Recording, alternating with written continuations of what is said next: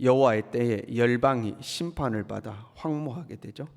그리고 그 심판받는 대상 중에는 에돔이 있죠. 형제였던 나라죠. 에돔의 땅에 가시와 엉겅퀴가 나고 들짐승 떼가 이제 모여들게 되는 거죠. 그리고 이제 그 에돔의 심판을 선언하는 말씀이 34장 말씀인데 우리가 안 보고 갔습니다만 16절부터 이러한 말씀들이 나와요. 너희는 여호와 책에서 찾아 읽어보라. 이것들 가운데서 빠진 것이 하나도 없고 제 짝이 없는 것이 없으리니, 뭐 이 말씀이 나오는데 왜 이걸 잠깐 짚어드리냐면 과거에 이단들이 이걸 가지고 그 말씀에는 짝이 있다 그러면서 주장했던 이제 말씀입니다. 그런데 여기서 말하는 짝은 에돔 땅에 들짐승들이 가득할 것인데 그 들짐승들이 다 짝이 있더라 이제 그런 말씀이지, 말씀에 짝이 있다 그런 말씀이 아니죠. 신천지 같은 데서도 말씀에 짝이 있다 그래서 뭐 구름은 뭐다 비유를 풀 때 그렇게 짝을 찾는 거죠.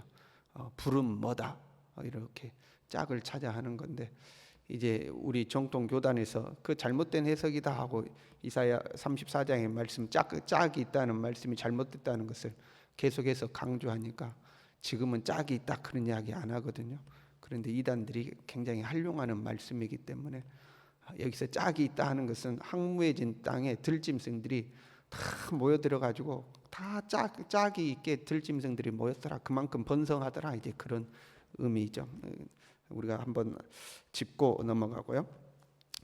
열방이 이제 황무하게 되는 때에 하나님의 백성들은 영광을 누린다 하는 게 오늘 이제 35장의 말씀입니다. 여러분 끝이 좋아야 다 좋은 거 아니겠습니까? 요즘 뭐 올림픽을 한다는데 올림픽을 한 번도 안 봤거든요. 올해는 올림픽 경기를 한 경기도 안 본 것 같아요. 그런데 우리가 선수라고 생각해봐요. 금메달을 따든 경기에서 승리하는데 처음부터 이겨가지고 끝까지 이기는 경우가 있을 것이고 처음에는 지다가 나중에 뒤집어서 이기는 경우가 있겠죠. 여러분 어떤 경우가 더 좋겠어요? 처음부터 이기는 게 좋지 않겠습니까? 마음도 편하고. 근데 어떤 경기가 보는 사람 입장에서는 재밌어요? 지고 있다가 마지막에 뒤집으면 이제 그 경기가 재밌는 거 아닙니까? 어찌 됐든 간에 끝이 좋으면 다 좋은 거죠. 우리의 삶 가운데서도 고난이 있고 어려움이 있고 힘든 일이 있겠지만 끝이 좋으면, 끝이 영광으로 끝나면 그게 좋은 거 아니겠습니까? 그런데 이 하나님의 백성이 마지막 때에 누리는 이 영광의 말씀을 가만히 들여다보면 그 초점이 회복에 있음을 알 수가 있습니다. 광야의 메마른 땅이 기뻐하며 백합화같이 피어 즐거워하며, 광야의 땅이 다시 백합화 피는 땅으로 회복되는 거죠. 5절에는 맹인의 눈이 밝을 것이며 못 듣는 사람의 귀가 열릴 것이고, 못 듣던 내가, 못 보던 내가 보게 되고 다시 듣게 되는, 내가 이 건강이 회복되는 모습이죠. 6절에는 광야에서 물이 솟겠고 사막에서 시내가 흐를 것입니다. 똑같죠? 광야라는 땅이 물이 흘러서 회복되는 것을 보여주는 거죠. 하나님의 이 심판 메시지는 가까운 미래를 통해서 먼 미래를 예언한다고 그랬어요.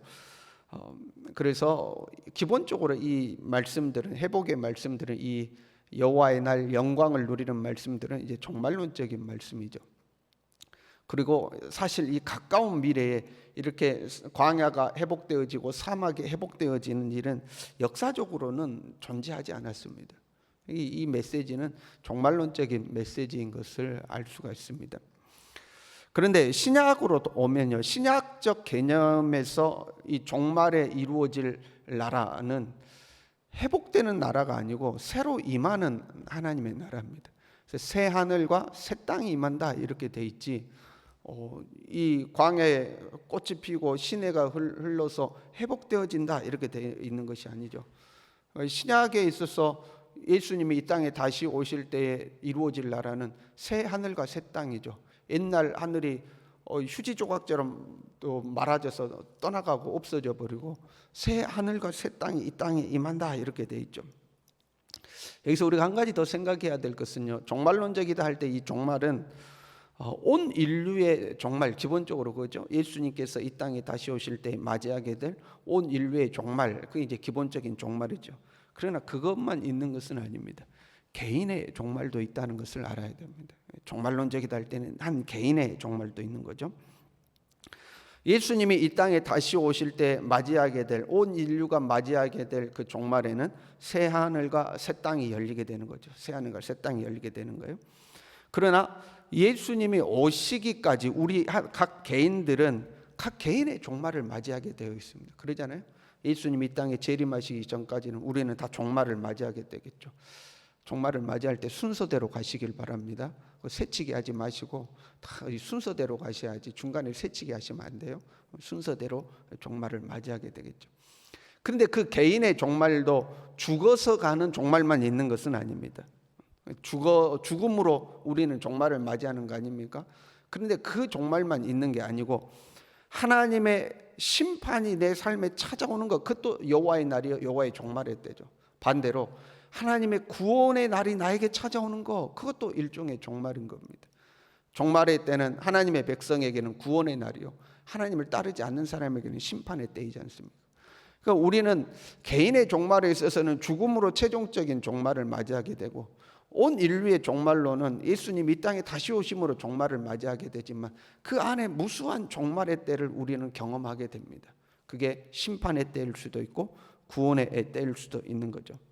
그리고 그 개인이 맞이하게 되는 그 무수한 종말은 새하늘과 새 땅이 임하는 것이 아니고 그것이 곧 회복의 날들입니다. 회복의 날들이죠. 오늘 본문에 있는 이 종말의 말씀은 개인의 종말에 적용해 볼 수가 있습니다. 광야와 같이 메마른 땅 이렇게 돼 있어요. 내 개인에게 있어서 광야와 같이 메마른 땅은 얼마나 힘들고 고달픈 인생입니까? 그렇지 않습니까? 땅을 일구어야 거기에 씨를 뿌리고 씨를 뿌려야 열매를 거두어서 내가 삶을 살지 않겠어요?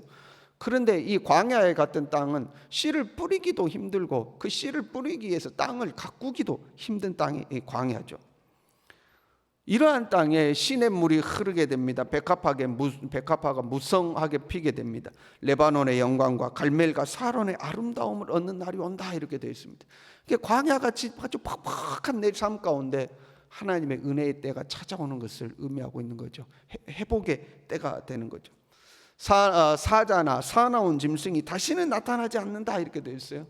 사자같이 맹수같이 나를 괴롭히던 사람일 수도 있고 문제일 수도 있고 그것이 다시는 내 삶을 괴롭히지 못한다는 겁니다.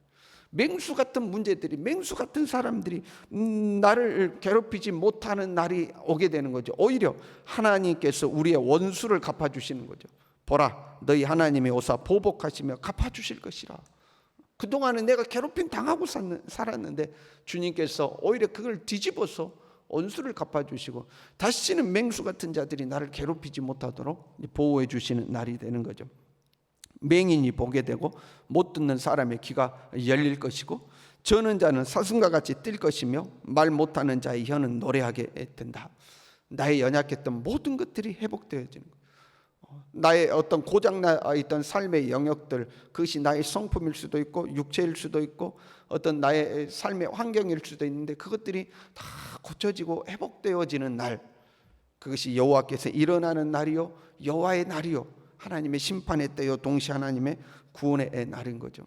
그때가 우리에게 온다 하는 거죠. 그 하나님의 날이 온다 하는 거죠. 그 여호와의 날이 우리의 삶에 왔을 때에 다 누리는 것은 아닙니다. 여러분, 소유하는 것과 누리는 것은 다르다고 그랬어요. 소유하고 있지만 누리지 못하는 사람들이 있거든요. 그런데 이 여호와의 영광의 날이 우리의 삶에 왔을 때 그것을 누리는 사람이 있고 누리지 못하는 사람이 있어요. 어떤 사람이 그것을 누리는가? 8절에 이렇게 되어 있습니다. 거기에 대로가 있어 그 길을 거룩한 길이라 일컫는 바 되리니. 사막에 길이 나요. 대로가 열리는데 그 길을 거룩한 길이라 일컫는다 이렇게 되어 있어요. 여기에 뭐 힌트가 있는 거죠. 누가 그 길을 걷겠어요? 거룩한 길이니까 거룩한 자만이 그 길을 걸을 수 있겠죠. 그래서 깨끗하지 못한 자는 지나가지 못하겠고, 하나님의 영광의 때가 임해서 사막에 꽃이 피고 백합화가 피고 시내가 흐르는데 그 사막 가운데 큰 대로가 납니다. 그 영광의 길을 누구만 걷느냐? 깨끗하지 못한 자는 못 걷는다는 겁니다. 거룩한 자만이 걷는 거죠. 근데 8절에는 이렇게 되어 있어요. 오직 구속함을 입은 자들, 9절에는 오직 구속함을 받은 자만, 10절에는 여호와의 속량함을 받은 자들, 강조해서 지금 반복하고 있죠. 그 길은 거룩한 자, 깨끗한 자만이 걷고 있는데, 그 거룩한 자, 깨끗한 자를 누구라고 표현하고 있어요? 구속함을 받은 자, 구속함을 받은 자, 속량을 받은 자, 이렇게 되어 있습니다. 거룩한 자는 곧 구속함을 받은 자죠. 깨끗한 자는 곧 속량함을 받은 자죠. 구속함을 받지 못한 자, 깨끗하지 못한 자는 그 길을 걷지 못한다, 이렇게 되어 있습니다. 이 구속이라는 단어는요, 원래 이 구속이라는 단어의 원래 뜻이 뭐냐면, 율법에 이 제시되어 있는 친족들 간의 권리와 어떤 의무가 있죠. 그러니까 나의 한 친족이 경제적 어려움을 당해서 집을 팔아야 된다거나 땅을 팔아야 된다거나 노예로 팔려갔는데, 그것을 끝내 갚지 못하고 그것을 잃어버릴 위기에 있으면 가까운 친족이 그 집이나 땅이 다른 지파로 넘어가지 않도록 가까운 친족이 그 땅을 물려받아야 되죠. 빚을 청산을 하고 가까운 친족이 그걸 가져가야 되는 거예요. 그게 이제 이 율법에 제시되어 있는 친족 간의 의무죠. 형이 자녀가 없이 죽었어요. 그러면 그 형의 대가 끊어지지 않도록 동생이 대를 이을 수 있도록 아기를 낳도록 해주고, 그 자녀가 내 이름으로 되는 것이 아니고 형의 이름으로 그 형의 집안의 대를 잇도록 해주는, 그러니까 친족이 능력이 없을 때 그 친족을 대신해서 그것을 감당해 주는 것, 그것을 구속이라고 그럽니다. 그 단어가 이제 구속이죠. 감당할 수 없는 자의 어떤 짐을 대신 감당해 준다는 게 이제 구속이고요. 속량이라는 단어는요, 감옥에 있는 사람을 석방해 주는 건데, 보석금을 주고 석방해 주는 것을 의미합니다. 또는 노예로 잡혀 있는 자에게 돈을 주고 그 노예를 내가 사서 그 노예를 자유롭게 해주는 거, 이걸 속량이라고 하는 거죠. 구속이 됐든 속량이 됐든 둘 다 감당할 수 없는 사람의 것을 대신 감당해 주는 것을 말하는 거죠. 그게 이제 신약으로 오면 예수 그리스도께서 우리를 구속하시고 우리를 이제 속량하게 되는 거죠. 우리는 하나님의 나라를 물려받을 만한 능력이 없는 자들이었어요. 그런데 예수님께서 우리의 죄의 빚을 대신 갚아주시고 하나님 나라를 물려받을 수 있도록, 대를 이어받을 수 있도록 구속해 주신 거죠. 우리는 사단의 노예가 되어서, 사단의 종이 되어서 거기에서 벗어날 수 없는 자들이었죠. 근데 예수 그리스도께서 십자가 보혈로 우리의 죄값을 갚아주시고 죄의 노예로부터, 사단의 노예로부터 우리를 속량해 주셨죠. 그 예수 그리스도의 구속과 속량이 이제 거기에서 나오는 거죠. 그 구속함을 받은 자, 그 속량함을 받은 자만이 거룩한 자요, 깨끗한 자요, 영광의 나라의 대로를 걸을 수 있는 자다, 이제 이런 말씀이 되는 겁니다. 우리의 인생에 힘들고 어려운 일이 생기지만 오직 이 예수 그리스도를 붙들고 살 수 있기를 바랍니다.